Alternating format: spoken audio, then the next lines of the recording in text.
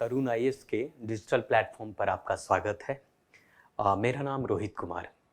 आज हम बात करेंगे द हिंदू के सबसे प्रमुख एडिटोरियल्स बेहतर पहुंच और सेवा उत्कृष्टता। अनुवाद किया गया है, इस बात को समझ सकते हैं। भारतीय अर्थव्यवस्था के अगर हम बात करें इसके संदर्भ में ये आपका टॉपिक बहुत ही सटीक बैठता है और खास करके सूक्ष्म लघु और अगर हम बात करें कि मध्यम उद्योग जिसे आप एमएसएमई कहते हैं, आपका micro medium small medium enterprise की हम बात करें तो उस क्षेत्र में बात करता है, या फिर क्षेत्रीय ग्रामीण अगर बैंक से संबंधित। तो हम आज के इस एडिटोरियल में चर्चा करेंगे कि आखिर किस प्रकार से क्षेत्रीय ग्रामीण बैंक एक बेहतर पहुंच और सेवा उत्कृष्टता प्रदान कर रही है ग्रामीण क्षेत्रों में। उसके संदर्भ में बहुत सारी चीज़ों पर हम बात करते हैं। सबसे पहले बात करेंगे कि आखिर ये चर्चा में क्यों है, न्यूज़ में आखिर क्यों है, इसके पीछे का हम पृष्ठभूमि से भी संबंधित चर्चा पर हम बात करेंगे। अगर आप बात करते हैं यहाँ पर चर्चा की बात किया जाए तो चर्चा में सबसे प्रमुख यहाँ पर आप देख सकते हैं कि बेहतर पहुंच और सेवा उत्कृष्टता, जिसे आप ईज कहा जाता है। ईज का मतलब होता है इजी एक्सेसिबल सर्विसेज एफिशिएंसी की बात कर सकते हैं, है ना। अर्थात बेहतर पहुंच और सेवा उत्कृष्टता सुधारों का एक बहुत बड़ी हिस्सा के रूप में हम देख सकते हैं। सरकार जो है एक नए खंडों को जोड़कर अपने पोर्टफोलियो को विस्तार कर रही है और विस्तार के लिए खास करके क्षेत्रीय ग्रामीण बैंकों को लाभ उठाने की योजना बना रही है कि क्षेत्रीय ग्रामीण बैंक इसकी लाभ ले सके और ग्रामीण क्षेत्रों में विकास कर सके। हम चर्चा करेंगे लास्ट में कि क्षेत्रीय ग्रामीण बैंक क्या होता है और आखिर किस प्रकार से बेहतर पहुंच और सेवा की उत्कृष्टता प्रदान की जा रही है। इन सभी चीजों के बारे में हम चर्चा कर रही है। ये न्यूज में है, इसलिए हम इन चीजों पर हम बात कर रहे हैं। सबसे पहले बात करते हैं कि इसकी प्रमुख बिंदु क्या है। प्रमुख बिंदु की अगर हम बात किया जाए, प्रमुख बिंदु अगर देखा जाए अगर, तो पहला और सबसे बेहतर अगर लक्ष्य की बात किया जाए तो ईज के अंदर में सुधार किए गए। ईज का मतलब जैसा कि हमने आपको बताया, ईज कई प्रकार के ईज के सुधार के फॉर्म में आया था। ईज 1, ईज 2, ईज 3, ईज 4, ईज 5। इस प्रकार से बहुत सारे सुधार किए गए और बहुत सारे कार्यक्रम भी उसके तहत और अंतर्गत चलाया गया था। ग्रामीण बैंकों को फसल ऋण के अलावा जो है बहुत सारे, अगर आप इसमें हम बात करते हैं ईज सुधार की अगर हम बात किया जाए तो इस सुधार के कार्यक्रम में हिस्सा लेने वाली जो बैंक है जिसे आप कहते हैं, उन सभी क्षेत्रीय ग्रामीण बैंक आप कहते हैं, रीजनल रूरल बैंक कहा जाता है, रीजनल रूरल बैंक, क्षेत्रीय ग्रामीण बैंक। इन क्षेत्रीय ग्रामीण बैंकों के माध्यम से बहुत सारे विकास और काम किए गए हैं। खास करके अगर हम बात करें कि क्षेत्रीय ग्रामीण बैंकों में जैसे कि हमारा जो फसल है किसानों का, उस किसानों के फसल पर ऋण प्रदान करना, ऋण के अलावा जो है बहुत सारे ऐसे मैकेनाइज फार्म मैकेनाइज सिस्टम है, जैसे आप ट्रैक्टर या छोटे उद्योग या फिर शिक्षा या फिर आवास के लिए ऋण प्रदान करना, ये सभी ग्रामीण बैंकों के तहत काम करता है और ये ईज सुधार के तहत ही ये आता है। आपका ग्रामीण समुदाय के लिए ऋण प्रदान करना एक सबसे बड़ा मुद्दा भी कहा जा सकता है इसमें। तो केंद्र सरकार जो है रीजनल रूरल बैंक के तहत शिक्षा ऋण के लिए भी गारंटी सीमा 7.5 लाख रुपया से बढ़ाकर 10 लाख रुपया करने की प्रस्ताव पर भी काम कर रही है, ताकि जो है यह सुनिश्चित हो सके कि बैंक शिक्षा क्षेत्र में भी ऋण की सुविधा प्रदान कर रही है। ये सारा काम जो है रीजनल रूरल बैंक के तहत हो रहा है, क्षेत्रीय ग्रामीण बैंक के तहत काम किए जा रहे हैं। ये क्षेत्रीय ग्रामीण बैंक की प्रमुख बिंदु। अगर हम क्षेत्रीय ग्रामीण बैंक के कुछ महत्व की बात करें कि आखिर इतना महत्वपूर्ण क्यों है हमारे लिए क्षेत्रीय ग्रामीण बैंक, तो इसकी भी हम यहाँ पर चर्चा कर सकते हैं। सबसे बड़ी इंपॉर्टेंट है कि भारत सरकार ने या केंद्र सरकार ने या सरकार की ऐसी बहुत सारी योजनाएं जो सरकार की जो आरबीआई को लाभप्रद, मतलब आरबीआई को एक लाभ पहुंचाता है। कैसे आरबीआई नहीं, आरआरबी, रीजनल रूरल बैंक की बात करता हूं, तो ये रीजनल रूरल बैंक को लाभप्रद किया जाता है। मतलब आप कह सकते हैं कि रीजनल रूरल बैंक का एक बहुत सारे महत्व है, इतने सारे महत्व हैं इसके, इस महत्व पर हम चर्चा कर सकते हैं और उसमें काफी कुछ सुधार किया गया है। जैसे हमारे लिए रीजनल रूरल बैंक इतना महत्वपूर्ण क्यों है? महत्वपूर्ण होने का कारण जो है, सबसे प्रमुख अगर हम कारण की बात करें तो ये है क्योंकि रीजनल रूरल बैंक हमारे लिए एक बृहत ग्रामीण नेटवर्क और स्थानीय समझ का लाभ उठाकर व्यवसाय को विस्तार करने में मदद करता है। मतलब कि आप समझ सकते हैं कि रीजनल रूरल बैंक के माध्यम से ग्रामीण जो है सिर्फ कृषि के ऊपर निर्भर नहीं रह सकता है। इसके अलावा ग्रामीण जो है कृषि के अलावा एनिमल हस्बेंड्री हो सकता है, पशुपालन हो सकता है, मत्स्य पालन हो सकता है, कुक्कुट पालन हो सकता है, या फिर आप कह सकते हैं कि भिन्न भिन्न प्रकार के व्यवसायों को भी वो विस्तार कर सकता है। और उस विस्तार करने में हमारा जो रीजनल रूरल बैंक मदद करता है, बृहत ग्रामीण नेटवर्क और स्थानीय, ताकि जो ग्रामीण शहर की ओर माइग्रेट ना हो, पलायन ना हो, है ना, प्रवास की ओर ना जाए। तो ये बहुत ही महत्वपूर्ण है आपका हमारा रीजनल रूरल बैंक ग्रामीण की अगर बात करें। वहीं पर बात किया जाए, ग्रामीण उपभोक्ताओं तक ऋण की पहुंच में भी वृद्धि करेगा।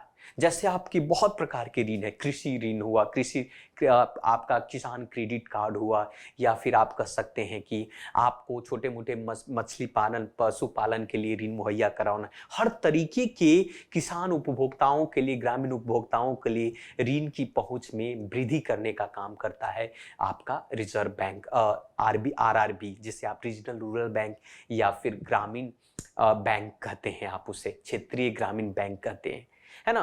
उसी प्रकार से ग्रामीणों के लिए आसान तरीका व्यवस्था करे ताकि ऋण प्राप्त करने में आसान हो। आप सभी को पता होगा कि ग्रामीण लोग ज्यादातर पढ़े लिखे नहीं होते हैं, सामान्य अनुभव वाले व्यक्तित्व वाले होते हैं, कार्यालय और इंटरनेट और इन सभी से बहुत ही परे होते हैं। ऐसी स्थिति में ग्रामीणों के लिए ऋण प्राप्त करना बड़ा मुश्किल होता है। तो रीजनल रूरल बैंक, जिसे आप क्षेत्रीय ग्रामीण बैंक कहते हैं, वो कोशिश ये करेगी इस योजना के तहत, या फिर आप कह सकते हैं इसमें ये सुधार लाने की कोशिश करेगी कि ताकि आसान तरीके से ऋण प्राप्त कैसे किया जाए, किसानों को कैसे मुहैया करवाया जाए आसान तरीके से, बहुत ही आसान तरीके से। इस पर भी सुधार करने की बात की जा रही है। वहीं पर अधिक प्रतिस्पर्धा और व्यवसाय को अनुकूल बनाने के लिए दिशा निर्देश करने की भी व्यवस्था है। वहीं पर डिजिटल बनाने और RRB को एक दूसरे से जोड़ने पर भी ध्यान केंद्रित कर रही है। मतलब इस सरकार की योजना के माध्यम से RRB, जितनी भी RRB है, उन सबको इंटरकनेक्ट करने के लिए, इंटरलिंक्ड करने के लिए, या फिर सबको एक केंद्रित करेगा उस डिजिटल के माध्यम से। तो इस पर भी सुधार करने की बात कह रही है ना। तो इसलिए ये सभी महत्वपूर्ण है ना। ये सभी क्या है? महत्वपूर्ण है। अब चलिए हम बात करेंगे एक एक करके, हम ईज सुधार के बारे में बात करेंगे कि वास्तविक रूप से ईज सुधार होता क्या है ना। आखिर ये क्या है ईज सुधार, आखिर इस पर। तो ईज सुधार की अगर हम बात कीजिए तो इस सरकार जो है, आपको पहली बार आप देखेंगे कि पब्लिक सेक्टर बैंक्स और सरकार ने संयुक्त रूप से जनवरी 2018 में इसे ईज व्यवस्था को लॉन्च किया था। ईज व्यवस्था को लॉन्च किया था 2 जनवरी 2018 में। किसके द्वारा? गवर्नमेंट सरकार के द्वारा और PSB पब्लिक सेक्टर बैंक दोनों ने मिलकर संयुक्त रूप से इस योजना को लॉन्च किया गया था। यह इंडियन बैंक्स एसोसिएशन की ओर से एक काउंसिल ग्रुप के द्वारा तैयार किया गया योजना है, जिसका मुख्य उद्देश्य ये है कि लाभप्रदता, परिसंपत्ति गुणवत्ता, ग्राहक सेवा, डिजिटल क्षमताओं में सुधार के लिए PSB में नए युग की सुधार को बढ़ावा दिया जाए। इसके माध्यम से आप कह सकते हैं कि परिसंपत्ति की गुणवत्ता बेहतर कैसे किया जाए। आज नॉन परफॉर्मिंग एसेट दिन पर दिन बढ़ता जा रहा है बैंकों के अंदर में। तो इस ईज सुधार के माध्यम से परिसंपत्ति की गुणवत्ता बेहतर हो, ग्राहक सेवा और डिजिटल क्षमताओं में सुधार हो, या फिर कह सकते हैं कि इस PSB में एक नए युग की सुधार के बढ़ावा के लिए ये आपका ईज सुधार की व्यवस्था की गई थी। किसके द्वारा? PSB और सरकार के द्वारा इस संयुक्त योजना लाई गई। एक एक करके हम चर्चा करेंगे कि कितने अभी तक ईज सुविधाएं आ चुकी है। सबसे पहले हम बात करते हैं, आपको यह समझने की आवश्यकता है कि जो ईज सुधार का एजेंडा के तहत बहुत सारे चरण है, विभिन्न चरण में इसको लाया गया था। जैसे हमने कहा ईज 1, ईज 2, ईज 3, ईज 4, ईज 5, इस तरीके से चरणबद्ध रूप से इस योजना को लाया गया था। अगर हम प्रथम योजना की बात करें, ईज प्रथम योजना की बात करें, तो उस प्रथम योजना के माध्यम से इसका एक ही उद्देश्य था, मकसद था कि एक पारदर्शिता लाए, एक ट्रांसपेरेंसी लाया जाए। मतलब कह सकते हैं कि जो नॉन परफॉर्मिंग एसेट्स हैं या फिर गैर निष्पादित परिसंपत्ति है, जिसे आप एनपीए कहते हैं, गैर निष्पादित परिसंपत्ति। एनपीए का मतलब होता है कि अगर आप लोन लेते हैं, ऋण लेते हैं बैंकों से और 90 दिनों के बाद तक भी उस लोन को नहीं चुका पाते हैं एक टाइमिंग के बाद, तो इसकी एक रूपरेखा है, उसके अनुसार से उस संपत्ति, वो पैसे को नॉन परफॉर्मिंग एसेट्स के तौर पर घोषित कर दिया जाता है। आप जाकर इकोनॉमिक्स के बुक में आप इस चीज को देखेंगे और इस पर हम स्पेशल एक वीडियो भी हम बनाएंगे। तो ईज 1 के माध्यम से एक मुझका उद्देश्य था कि जो पीएसबी है, पब्लिक सेक्टर बैंक्स हैं, उसके प्रदर्शन में महत्वपूर्ण सुधार लाया जाएगा। अर्थात जो गैर निष्पादित परिसंपत्ति है, एनपीए जो है, नॉन परफॉर्मिंग एसेट्स हैं, उन नॉन परफॉर्मिंग एसेट्स की अगर हम बात करें, उसको समाधान किया जाए, उसको परफॉर्मिंग एसेट्स में बनाया जाए, ये लाया था। दूसरा ईज सेकंड की बात आई थी। ईज सेकंड जो था, ईज फर्स्ट का ही नींव पर बनाया गया था और इसमें सुधार की प्रक्रिया को बेहतर करने के लिए इस सेकंड को लाया गया था और इसके नए सुधार के कार्य में इसके 6 विषय पर बात किए गए थे। अर्थात जो पहला वाला था उसी में सुधार किया गया और नए 6 चीजों को ऐड किया गया, जैसे भी जिम्मेदारी, बैंकिंग का जिम्मेदारी को बढ़ाया, ग्राहक प्रतिक्रिया, क्रेडिट ऑफ टेक, उद्यमी मित्र के रूप में पीएसबी और एमएसएमई में क्रेडिट प्रबंधन के लिए सीडबी पोर्टल की व्यवस्था की, वित्तीय समावेशन जिसको आप फाइनेंशियल इंक्लूजन्स कहते हैं और उसको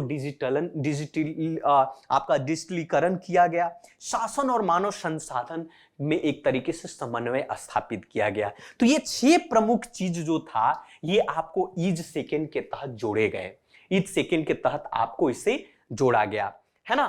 तो ये पॉइंट। अब हम बात करते हैं कि ईज थर्ड क्या था। तो ईज थर्ड की अगर हम बात करें तो इसी के अंदर में ईज थर्ड के माध्यम से आप सभी को पता होगा कि जो पब्लिक सेक्टर बैंक में भारत सरकार ने एक योजना लॉन्च किया और इसी ईज थर्ड के तहत इसमें यह कहा गया कि आप डायल ए लोन और आपका पीएसबी लोन सिन 59minutes.com पर जाएं और 59 मिनट में आप लोन प्राप्त करें। 59 मिनट में आप लोन प्राप्त करने की योजना ईज थर्ड के तहत लाया गया था। उसी प्रकार से फिनटेक और ई कॉमर्स कंपनियों के साथ साझेदारी के लिए भी यह व्यवस्था की गई थी। क्रेडिट @ क्लिक करें और वहां पर आपको क्रेडिट के तौर पर लोन मिलेंगे।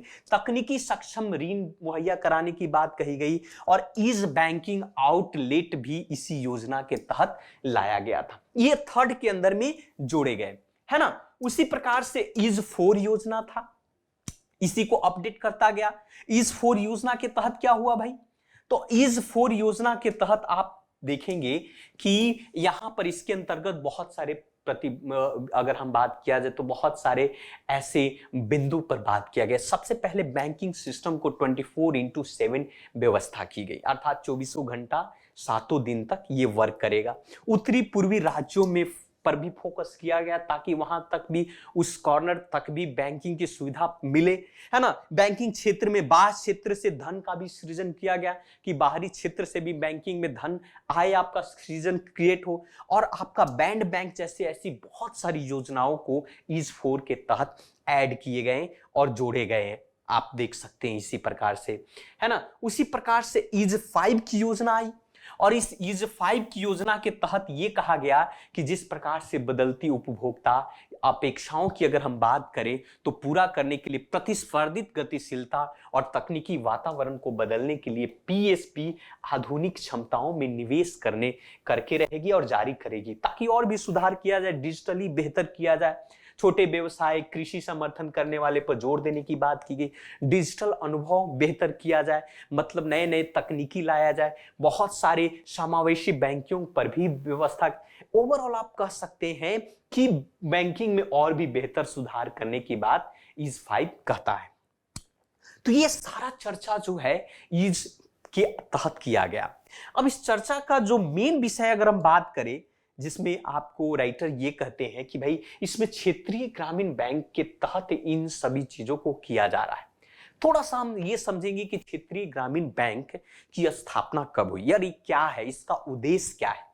क्षेत्रीय ग्रामीण बैंक की अगर हम बात करें, जिसे आप RRB कहते हैं, रीजनल रूरल बैंक कहा जाता है, इसकी स्थापना जो एक तरीके से वित्तीय संस्थान है, फाइनेंशियल इंस्टीट्यूशन है, जिसका स्थापना मुख्य रूप से यह कहा गया था कि कृषि और अन्य ग्रामीण क्षेत्र हेतु प्राप्त ऋण सुनिश्चित करने के लिए इस बैंकों को लाया गया था। उस वक्त की बात कर रहा हूं जब 1976 में, जब इंदिरा गांधी की सरकार, उस समय इंदिरा गांधी प्रधानमंत्री थी, और उनका मकसद था कि भाई अधिक से अधिक ग्रामीण तक, हर कोने तक बैंकों को कैसे जोड़ा जाए, कृषि को एक बेहतर प्लेटफॉर्म कैसे दिया जाए, इसके लिए रीजनल रूरल बैंक की स्थापना की गई थी। मतलब क्षेत्रीय ग्रामीण बैंक की स्थापना का मेन मकसद अगर हम बात करें, या उसके लिए कमिटी बनाई गई थी जिसका नाम था नरसिंहन वर्किंग ग्रुप 1975 में।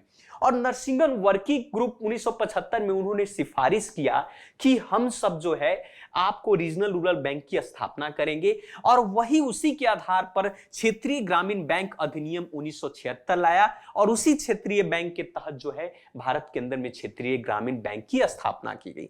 भारत का जो पहला क्षेत्रीय ग्रामीण बैंक जो था, जिसे प्रथम ग्रामीण बैंक के नाम से जाना जाता है, और 2 अक्टूबर 1975 को इसकी स्थापना की गई। सबसे इंपॉर्टेंट बात तो ये है कि जो RRB अपने कुल ऋण का 75% जो है प्राथमिकता प्राप्त है क्षेत्र की बात करता है। जो PSL, जो प्राइवेट सेक्टर लेंडिंग होती है, जैसे कृषि हुआ, उत्पादन करने वाले जो ग्रामीण छोटे मोटे जितने भी लोग हैं, उनको ये लोन मुहैया कराता है। एक तरीके से एक ही बात किया जाए कि क्षेत्रीय ग्रामीण बैंक का एक ही उद्देश्य है कि भाई ग्रामीण क्षेत्र में छोटे और सीमांत किसान जितने भी हैं, खेतीहर हुआ, मजदूर हुए, कारीगर हुए या छोटे उद्यमी हुए, उन सभी को ऋण, अन्य और सुविधाएं प्राप्त करने का मेन उद्देश्य हमारा क्षेत्रीय ग्रामीण बैंक का है। तो ये क्षेत्रीय ग्रामीण बैंक से संबंधित और इससे संबंधित आपका सबसे प्रमुख एडिटोरियल्स है। तो आज के लिए इतना ही रखते हैं, तो मिलेंगे फिर से आपका। इससे बेहतर मैं आपके लिए एक प्रश्न छोड़कर जा रहा हूं, इस प्रश्न का उत्तर आप स्वयं दें। ये प्रश्न ऑलरेडी 2010 के प्रीलिम्स में पूछा जा चुका है कि भारत के संदर्भ में निम्नलिखित कथनों पर विचार कीजिए। बैंकों का राष्ट्रीयकरण, क्षेत्रीय ग्रामीण बैंकों का गठन, बैंक शाखाओं द्वारा गांवों को अपनाना, ये आपके दिए गए हैं, ABCD दिए गए हैं। इसका उत्तर आप कमेंट बॉक्स में दें, है ना। ये प्रीलिम्स का प्रश्न पूछा जाए। तो आज के लिए इतना ही, मिलते हैं फिर से दूसरे वीडियो में। थैंक यू वेरी मच, धन्यवाद।